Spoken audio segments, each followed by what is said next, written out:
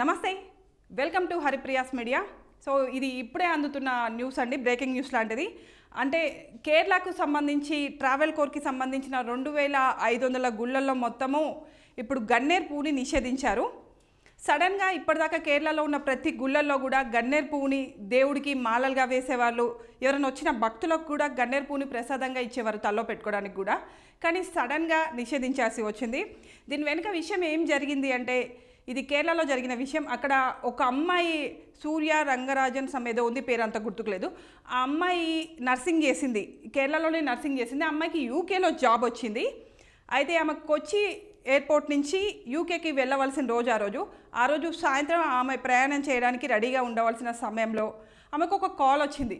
ఆమె ఫోన్ మాట్లాడుకుంటూ వాళ్ళ ఇంటి ముందు ఉన్న గన్నేరు చెట్టు దగ్గరికి వెళ్ళి, ఇక కామన్గా మనం కూడా ఫోన్ మాట్లాడుకుంటూ దీనికి వెళ్ళడం దానికి ఇచ్చడం ఏవేవో పనులు చేస్తూనే ఉంటాం. ఏం చేస్తున్నామో మనకే తెలియకుంటాం. ఒక్కొక్కసారి డేంజర్ అయ్యే పనులు కూడా చేస్తుంటాం. మనం గ్లాసులు పగలగొట్టాం, అట్లాంటివి కూడా చేస్తాం. నేను మస్తుసార్లు గ్లాసులు పగలగొట్టిన, గాజు గ్లాసులు. ఇక ఆ అమ్మాయి కూడా అట్లే గన్నేరు చెట్టు దగ్గరికి పోయిందంట. ఆ గన్నేరు ఆకులను పూలను ఆ అమ్మాయి తెంపి ఇట్లా నోట్లో పెట్టి కొరికిందంట. సో అప్పుడు ఆ గన్నేరు చెట్టుకి సంబంధించిన పాయిజన్ లాంటిది ఆ అమ్మాయి బాడీలోకి వెళ్ళిపోయింది.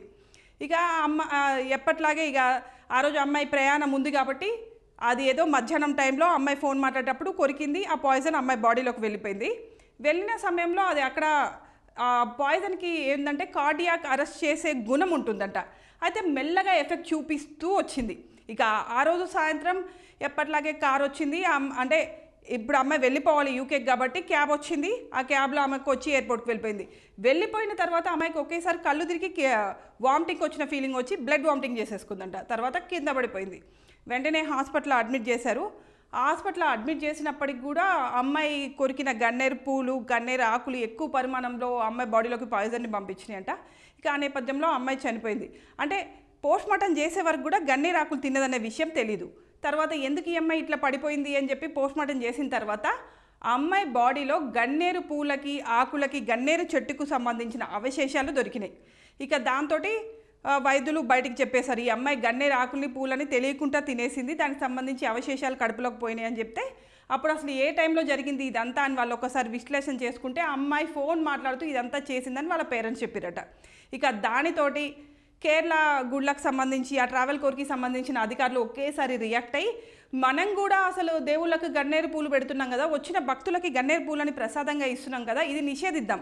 దీంట్లో ఇంతవరకు పాయిజన్ ఇచ్చే ఉన్నప్పుడు ఈ పూలని దేవుడికి వేయడము అనేది ప్రమాదమే, భక్తులకి ఇవ్వడం కూడా ప్రమాదమే కదా అని చెప్పి వాళ్ళు కూడా కేరళకు సంబంధించిన ట్రావెల్ కోర్కి సంబంధించిన 2500 గుళ్ళల్లో కూడా పూర్తిగా ఈ గన్నేరు పూలను దేవుడికి వేయడం కానీ లేదా భక్తులకి ఇవ్వడం లాంటి పనిని కూడా నిషేధించారట.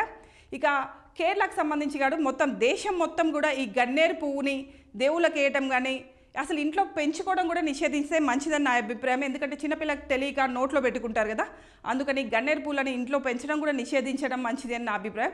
సరే, మీరేమనుకుంటున్నారు? కేరళ ప్రభుత్వం చేసింది కరెక్ట్ అనే అనుకుంటున్నారా? నేను ఇంకేమంటున్నానంటే మొత్తం ఆల్ ఓవర్ ఇండియాలో కూడా గన్నేరు పూలను నిషేధిస్తే మంచిదని అనుకుంటున్నారు. మీ అభిప్రాయం ఏమనుకుంటున్నారు అనేది మాకు కామెంట్ రూపంలో తెలియజేయండి. నమస్తే.